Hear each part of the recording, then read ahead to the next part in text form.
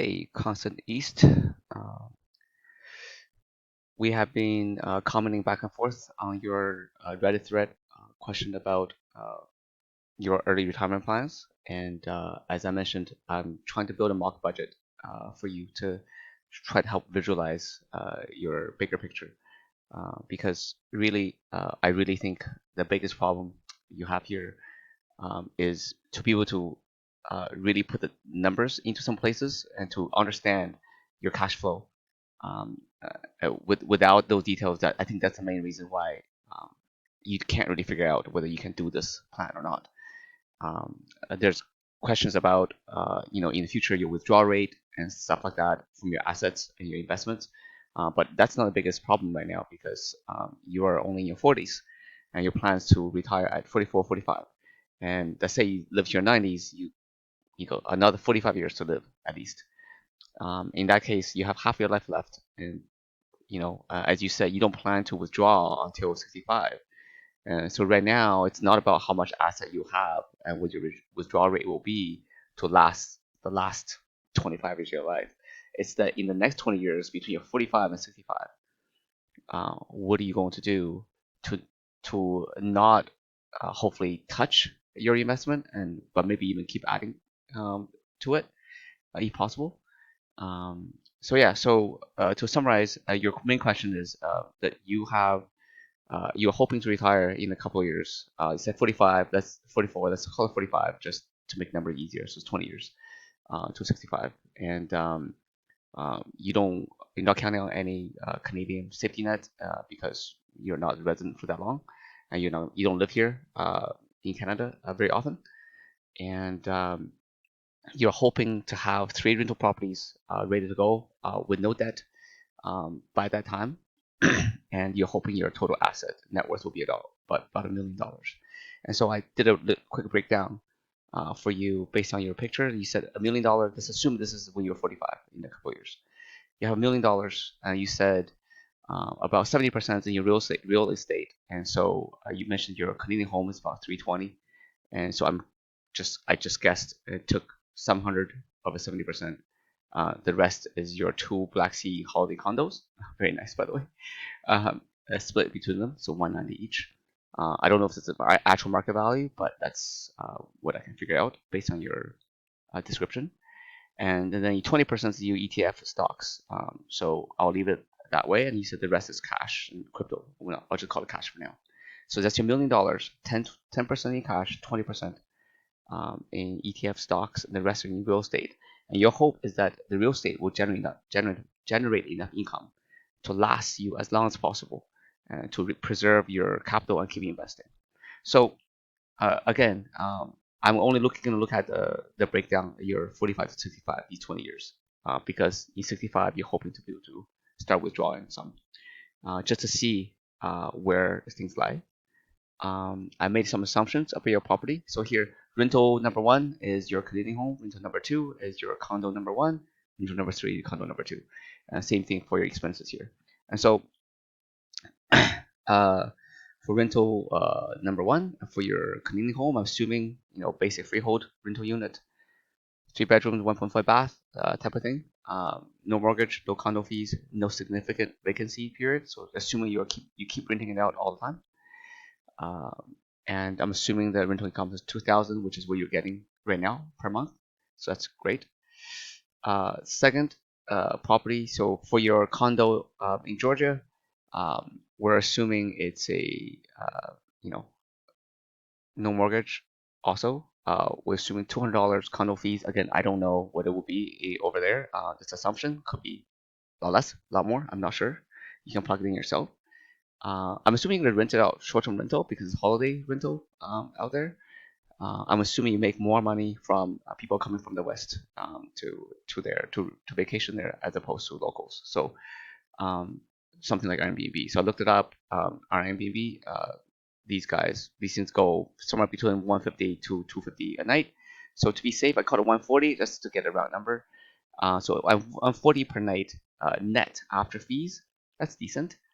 And 50% vacancy rate, basically saying out of 1 year, 52 weeks, you can rent out half of it, so 26 weeks. for easy calculation, because that comes to about just about $2,000 a month in rent also. So that gives you 2,000 for both of these properties. So essentially, this assumed rental income of the all three properties will be 24,000 each per year, 72,000 for the year total. That really doesn't look so bad, right? Except you have to consider the cost of maintaining the properties to make that income. And so here we go. In your rental property in Canada, the assumption we already talked about.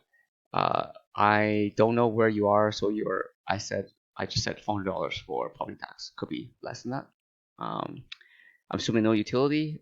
Whoever rents there hopefully will pay all utility there in Canada.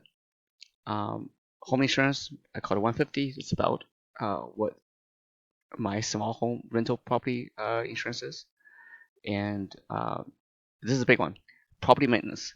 I know this looks like a lot, $250 a month, but you have to think about not only regular maintenance, but also one-time big items. So the assumptions here are: one, no catastrophic events. So like you had house didn't get destroyed by a tornado or something. Two, regular maintenance. We'll call it $50 a month.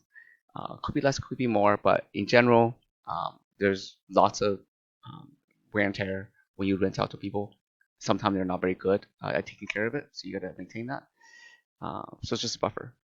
Number three, this is big. Basically, we're talking about 20 years here. So my assumption is that you're gonna have to do major replacements. Call it roof at least once. Let's say roof, driveway, furnace, AC, washer, dryer, all the major appliances. Maybe have to update your kitchen. Um, Minor update, not even big update, not replacement. Minor updates, basic in the kitchen, in the bathroom, and maybe cleaning, painting, refinishing the floors and whatnot, depending on the finished material. To the least, let's say you want to sell the property when you're older, to take the asset out and then live off of that, then you have to do those things. So at those, I did an estimate on how much it would cost in ballpark round numbers, and so it comes to about 60K. And so that's why I did $250 a month. So average out for over 12 months a year, 20 years, it just costs 60K. So may or may not be right, but again, just the best effort. Management fees. So since you don't live there, hoping to live in the van and travel around, hopefully, then you won't be able to manage the property. You can't be too far. And so I'm assuming you're going to hire a property manager. So typically, my experience is about 1 month of rent for each new tenant obtained by the manager, 5% or so per month in management fees.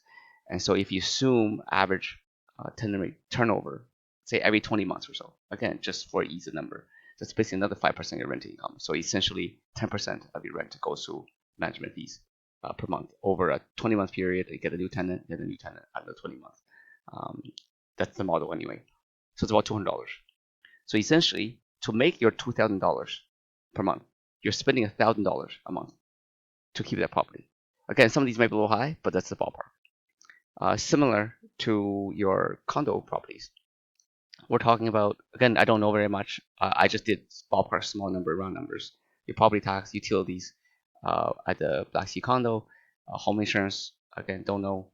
And property maintenance, assuming you had to spend some money, but hopefully not too much because it's brand new condo, it looks like. Management fees interesting because if you are getting someone to manage an Airbnb for you, we are far away on the other side of the world. My experience has been about 20%, but I did 25% just to be safe for all cleaning and management and booking and all that stuff. And so that's $500. So that's about $900 a month. So a little bit less, but close. Again, this could be vary quite a bit depending on your actual situation. You can plug numbers in. So essentially, of the three properties, this is what you make. So for 33.6, and you spend 33.6, you make 72, so you have 38.4 left. So the question is, can your lifestyle go under 38.4 while you are living in the van, driving around, and hopefully enjoying life? This is the best guess I can do. I did the phone. $100 is a little high, but I'm assuming you're driving. You might or may not have internet, and so a lot of data maybe. I gave you internet anyway because I don't know, maybe you want to take a Starlink with you or something. I don't know. You can change that. Normally these are for utilities. Just change the water to drinking water because you're going to be driving around. I don't know where you're going to get water from, so you might have to spend more money on water. So again, just a buffer. You don't spend any electricity or natural gas or heating and whatnot. You leave in the van. You said you're going to buy a hybrid van. Did a quick look. They're about 50K. Um, and I'm assuming you're not gonna spend 50K upfront to buy it, and so I'm just making an assumption that you're gonna lease it or finance it, and I'm assuming that van's gonna last 10 years, and so you essentially every 10 years you have to buy one. If that's you're gonna keep doing that for 23 years or something like that. I'm assuming it's a normal hybrid, not a plugging hybrid, because you know, plugging in, charging it might be a bit of an issue. If you're traveling, then maybe a regular hybrid would be easier. And so, yeah, so if you finance basically 50K average over 10 years, even though you might spend more in financing earlier on and spend nothing later, but call it 500 a month. Yeah. And then there's some interest in there. Maintenance, call it 100 a month. You're going to be driving a lot. You should maintain it well. Gas and fuel, again, this is pretty high, but I don't know if you're going to drive in one spot, stay for a month, or if you're going to just travel. That's possible. So then I made it 500. You can change that. Auto insurance, that's self-explanatory. Living expenses is interesting. So you need some life supplies. I don't know. I don't know where you plan to sleep or go to a toilet. So I put some there. Groceries, $300 per person. It's fairly conservative, I think. Um, Prices are high right now. Clothing, hair. Laundry is important because you're gonna have to do laundry somewhere. Maybe go to laundromats or something a few times a month, sorry. And personal hygiene is gonna be important. So I don't know what this is, but maybe it's like a cheap gym fee, so you can use the gym shower. So those kind of things as you travel. You have no family, so there's nothing there. Health is actually really important because you won't have house insurance, I'm assuming. So right now, the assumption is you're gonna pay everything out of pocket. So dental, a few times checkup a year, vision, um, glasses and whatnot, medication, other medical expenses because there's gonna be things you might need help with. I'm not sure where you're traveling, especially if you are somewhere outside Canada. Um, I put in critical illness insurance and life insurance. I just think it's a good idea, although I don't know how much it costs. And then physical exercise. These are just sort of round numbers to plug the hole. I'm assuming no emergency fund. You have a nice cash buffer. Your hope is not to draw from it, so I'll call it zero for now. And there's standard things like I gave you $100 eat out budget. You cannot do that obviously, but if you're traveling, driving around, maybe once a week, $125, it's not a big deal. I imagine entertainment, you just stream Netflix or something. So I'll give you a couple of streaming options. When you're driving, you want to listen to music, read books. When you're retired, lots of things you got to do. You got to spend your time doing something. So I fill some of these things in. The last one is just miscellaneous. You might have some pocket money. Tax we'll talk in a second. You might have bank fees and whatnot, and the rest is zero. But you're probably gonna maybe think about getting a pet if you're retired for that long, and not have a lot of family around. Tax is important. So I basically did this off of your ballpark, off of your income minus your deductible expenses for 3 rental property, the 100%. I'm not sure how taxes go in Georgia, where you have rental income. I'm not expert at that, and so I just did 38 for as your income and sort of basic tax rate with no other deductions, assuming no RSP contributions. Then it's going to come to about 5,000. If we do this, nice round numbers, you basically just break even. There are a lot of things that probably didn't think of. So I'm saying is this is really close. Would be ideal if you can do this. Maybe your rent can be higher at these condos, or maybe your expenses can be lower. Whatever it might be. Maybe you take a part-time job sometime earlier on, where you were younger. Make this as positive as possible, and then you can still pad your buffer and your cash, and then contribute more to your investment, or save for something. I think with this, it's kind of safe to say you can't really afford the Mexico property that you were thinking about, spending some time living there. That's a different uh, conversation altogether about whether you can afford that and whether you should rent one if you really are hell-bent on doing that.